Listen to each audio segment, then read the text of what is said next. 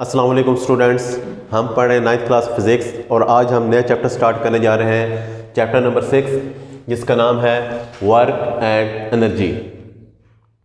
तो सबसे पहले तो हम ये देखेंगे कि ये वर्क और एनर्जी चीज़ क्या होती है। सबसे पहले वर्क की बात करते हैं। वर्क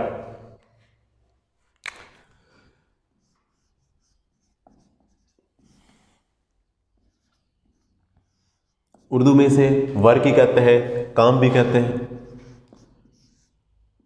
वैसे तो हम कुछ भी कर रहे हो तो हम उसे कहते हैं जी हम काम कर रहे हैं।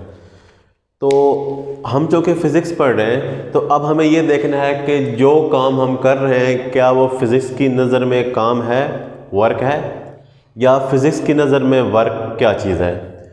तो वर्क की सिंपल सी डेफिनेशन, ये सपोज करें कोई बॉडी है, इस बॉडी पर फोर्स लगाएं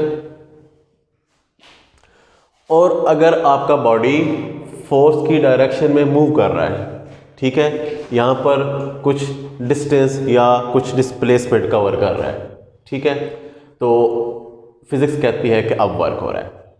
तो यहाँ से हम वर्क को डिफाइन कर सकते हैं।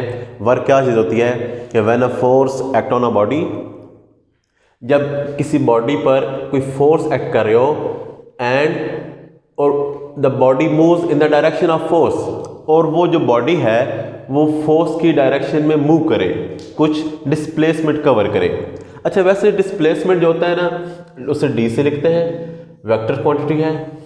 आपकी बुक में डिस्प्लेसमेंट को एस से लिखा गया है, क्योंकि अभी हम सिर्फ जो है सिंपल जो है ना डिस्टेंस देख रहे हैं, सिर्फ हम सीधा सीधा जो है डिस्टेंस ले रहे हैं, तो इस वजह से उसने डिस्प्लेसमेंट को ऐसे लिख दिया। आप इसे डी से भी लिख सकते हैं।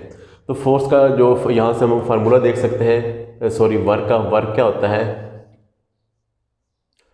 Force multiply displacement, W is equal to F S. जब आप बड़ी क्लासेस में जाएंगे आपको वहाँ जाकर आप डॉट और क्रॉस प्रोडक्ट का कॉन्सेप्ट पढ़ेंगे, तो एक्चुअली जो वर्क होता है वो वर्क डॉट प्रोडक्ट होता है फोर्स एंड डिस्प्लेसमेंट का, ठीक है। इसमें दोनों वेक्टर क्वांटिटीज़ हैं इसमें आ रही हैं, लेकिन जो वर्क है असल में एक स्केलर क्वांटिटी है। वर्क क्या है, स्केलर क्वांटिटी है। तो ये बहरहाल फिलहाल आपके समझने की चीज़ें नहीं हैं, बड़ी क्लास में जाकर आप इसे पढ़ेंगे डिटेल में।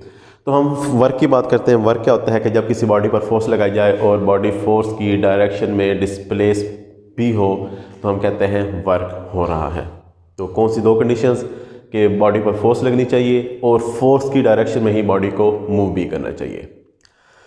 अब कुछ कंडीशंस देखते हैं। समटाइम ऐसा भी हम देखते हैं कि हम बॉडी पर फोर्स लगा रहे हैं, बॉडी मूव भी कर रहे हैं, लेकिन वो फोर्स की डायरेक्शन में मूव नहीं कर रहा। इसकी एक बड़ी जो है ना एग्जांपल अच्छी सी, आप लोग छोटे छोटे थे या आप गली में छोटे छोटे बच्चों को खेलते देखते हैं, बच्चों ने कोई गाड़ी, कोई ट्रैक्टर, कोई इस तरह की चीज़, उसके साथ धागा बांधा होता है, बच्चे चल रहे होते हैं और वो चीज़ जो है ना सड़क के ऊपर मूव कर रही होती है। तकरीबन इस तरह की सिचुएशन होती है कि ये बच्चे के पास कोई चीज़ है, ये बच्चा है,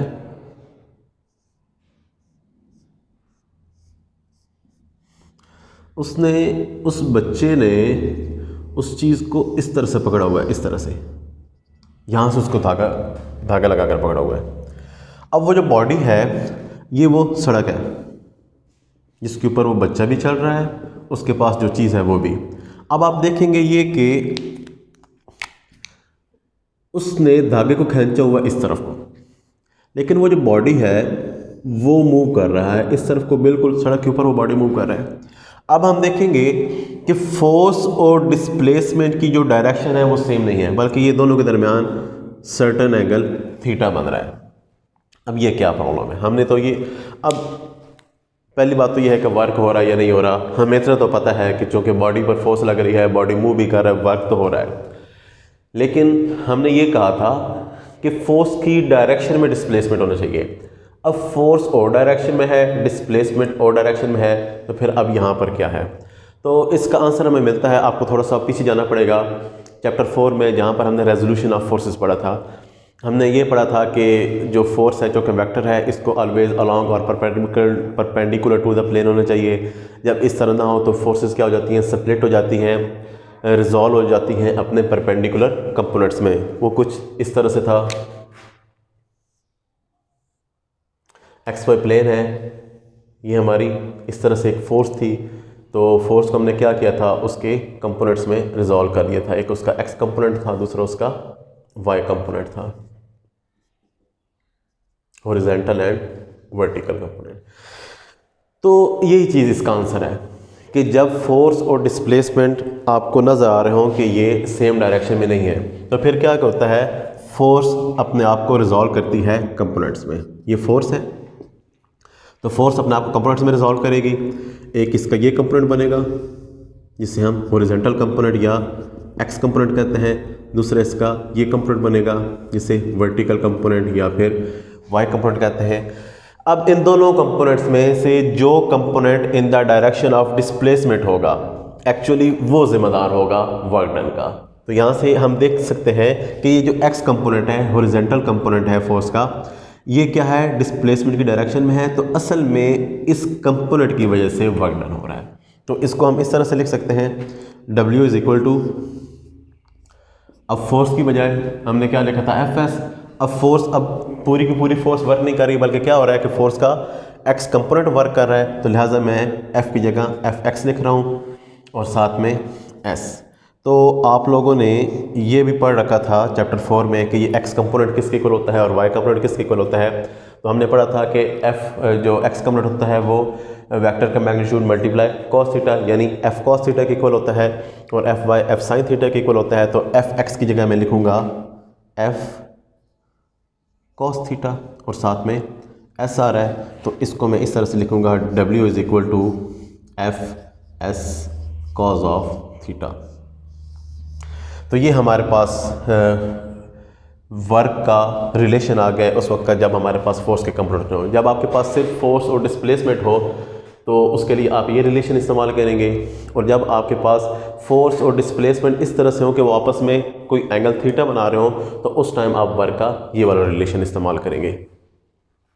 यूनिट की बात कर लेते हैं वर्क की। वर्क मैं पहले आपको बता चुका हूँ स्केलर क्वांटिटी है, बाकी यूनिट इसका W is equal to F S है। एफ फोर्स की यूनिट न्यूटन होता है, एस डिस्टेंस या डिस्प्लेसमेंट जो भी चीज़ है इसका यूनिट मीटर होता है, तो वर्क का जो यूनिट है वो क्या होता है, न्यूटन मीटर। और अगर ऐसा यूनिट देखें वर्क का, तो वर्क का एस यूनिट जौल है, क्या है, जौल, और इसको हम जे से लिखते हैं। अगर आप चाहें तो यहाँ से जौल को भी डिफाइन कर सकते हैं, वर्क यूनिट को डिफाइन कर सकते हैं। कैसे कि अगर आप एक बॉडी पर 1 न्यूटन की फोर्स लगाएं और उसकी वजह से बॉडी 1 मीटर तक मूव करे, बॉडी में 1 मीटर का डिस्प्लेसमेंट पैदा हो, तो आपका जो वर्क होगा, आपका जो बॉडी होगा वो 1 जौल वर्क डन करेगा। तो आपके पास पेपर में इस तरह से भी क्वेश्चन आ सकता है, वर्क की डेफिनेशन पूछी जा सकती है, वर्क के यूनिट की डेफिनेशन पूछी जा सकती है, और एक क्वेश्चन आपसे इस तरह से पूछा जा सकता है कि आपको कोई इस तरह की सिचुएशन दी जा सकती है कि force and displacement same direction में नहीं है, तो वर्क कैसे हो रहा है। तो फिर ये उसकी सारी एक्सप्लेनेशन है, ये आप इस तरह से इसको बताएंगे कि फोर्स ने अपने आप को फोर्स कंपोनेंट में रिजॉल्व हुई है, और फोर्स का जो अफेक्टिव कंपोनेंट है वो कंपोनेंट जो डिस्प्लेसमेंट की डायरेक्शन में है उसकी वजह से वर्क डन हुआ है। अच्छा, वर्क डन तो देख लिया आप लोगों ने, अब चलते हैं एनर्जी की तरफ। What is energy?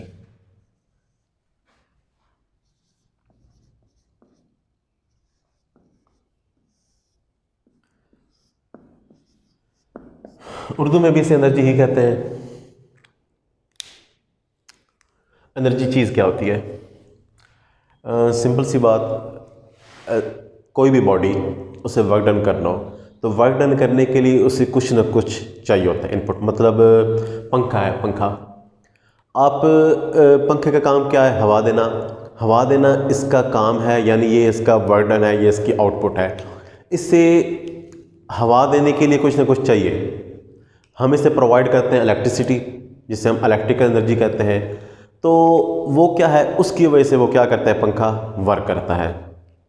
इंसान है, हमें काम करने के लिए हमें भी कुछ ना कुछ चाहिए होता है, हमें कुछ करना है तो हमें, मतलब हम खाना खाते हैं, उस खाने से हमें वो चीज़ मिलती है जो हमें वर्क डन करने, कुछ भी काम करने की जो हमें जो है ना, हमें उससे उसकी सलाहियत मिलती है। तो यहाँ से हम कह सकते हैं कि एनर्जी वो चीज़ है जो किसी बॉडी को इस काबिल बनाती है कि वो वर्क कर सके। तो एनर्जी को हम यहाँ से डिफाइन कर सकते हैं, the ability of body to do work, किसी भी बॉडी के वर्क करने की जो सलाहियत होती है। यानी एनर्जी वो चीज़ होती है जो किसी बॉडी को वर्क करने के काबिल बनाती है।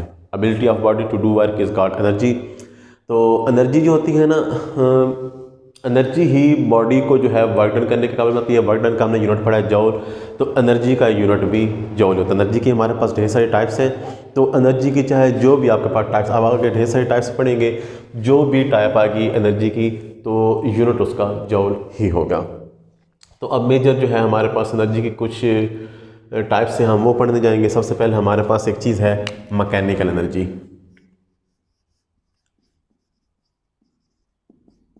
मैकेनिकल एनर्जी,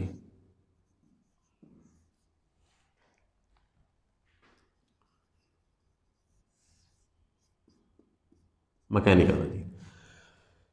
अब मैकेनिकल एनर्जी की हमारे पास मज़ीद दो टाइप्स हैं। उनमें से एक है काइनेटिक एनर्जी और एक है पोटेंशियल एनर्जी। तो इसमें से हम अभी जो पढ़ने जा रहे हैं, हम सबसे पहले काइनेटिक एनर्जी को डिस्कस करेंगे। काइनेटिक एनर्जी क्या होती है?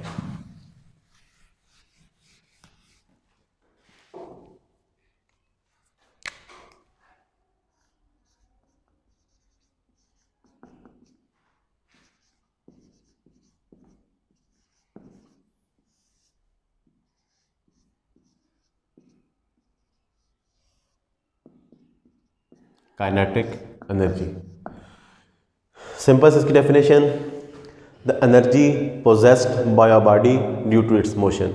किसी बॉडी के अंदर मोशन की वजह से पाई जाने वाली एनर्जी, उसे हम कहते हैं काइनेटिक एनर्जी। इसकी अगर हम एग्जांपल देखें, पंखा चल रहा है, पंखे के नीचे आप बैठे हुए हैं, आपने बुक ओपन कर रखी है, आपके हिलाए बगैर, बुक को हाथ लगाए बगैर आप देखेंगे कि बुक के जो पेज हैं वो आगे पीछे हो रहे हैं, हिल रहे हैं, मूव कर रहे हैं। कोई भी चीज़ मूव कर रही है तो लाजमी बात है उसके ऊपर किसी किस्म की कोई ना कोई एनर्जी जो है वो एक्ट कर रही है। तो वो एनर्जी उसे कहाँ से मिली? आप कहेंगे जी पंखा चल रहा है, पंखे की वजह से बुक के पेजेस मूव कर रहे हैं। तो पंखा क्या दे रहा है? हवा दे रहा है। तो पंखा हवा कैसे आपको दे रहा है? पंखा मूव करने की वजह से। तो ये असल में क्या है कि ये जो बॉडी आपके ऊपर मौजूद है, जिससे आपने फ़ैन कहा है, उसकी मोशन की वजह से क्या हो रहा है? आपको एनर्जी मिल रही है। तो ये क्या है? असल में काइनेटिक एनर्जी है। दरिया है, चल रहा है, पानी आ रहा है, सैलाब है, या वैसे दरिया के अंदर कोई चीज़ फेंकते हैं वो मूव कर रही है, या कोई चीज़ पानी के अंदर जाती है तो पानी उसे अपने साथ बहा के ले जाता है। तो वो क्या है? उसकी मोशन की वजह से एनर्जी है। तो ये क्या है? उसकी पानी की काइनेटिक एनर्जी है। तो किसी भी बॉडी के अंदर उसकी मोशन की वजह से जो एनर्जी पाई जाती है उसे हम कहते हैं kinetic energy. The energy possessed by a body due to its motion. Energy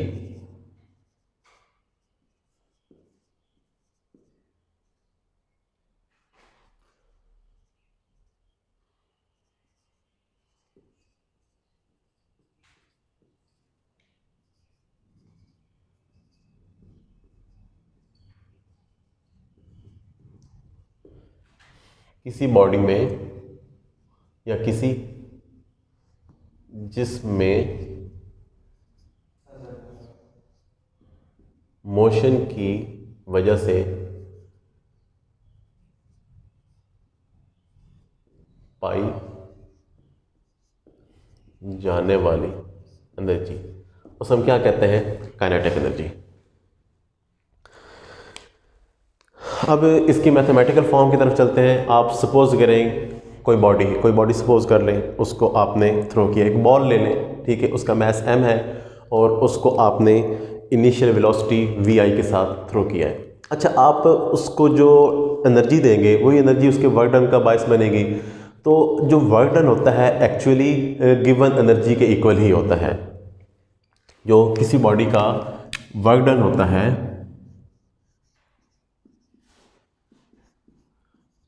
वो किसके इक्वल होता है? एनर्जी के इक्वल। तो यहाँ जो कि काइनेटिक एनर्जी है, तो वो बॉडी के अंदर क्या होगा? जो उससे हम काइनेटिक एनर्जी देंगे, जो कि हम बॉडी को मूव कर रहे हैं, उसके अंदर काइनेटिक एनर्जी होगी। तो जो उसका वर्क डन होगा W इक्वल टू Fs, वो इक्वल होगा उसकी काइनेटिक एनर्जी के। तो बॉडी है, बॉडी को हम थ्रो करते हैं विद इनिशियल वेलोसिटी v से, ठीक है। उसको हम फोर्स F से हम थ्रो करेंगे, F इक्वल होता है ma के। उसके बाद क्या होगा? बॉल की एग्जांपल ले लें, बॉल जा रहा है, आपने थ्रो किया है, फेंका है, वो मूव कर रहा है, मूव कर रहा है, मूव करने के बाद उसकी क्या हो जाएगी, उसकी स्पीड स्लो होना शुरू हो जाएगी ड्यू टू फ्रिक्शन ग्राउंड पर, क्योंकि वो मूव कर रहा है तो ज़मीन और बॉडी के दरमियान जो फ्रिक्शन की फोर्स होगी उसकी वजह से उसकी एनर्जी कम होना शुरू हो जाएगी और उसकी स्पीड कम होगी, उसकी वेलोसिटी कम होगी, तो बॉडी डिसेलरेट करेगा।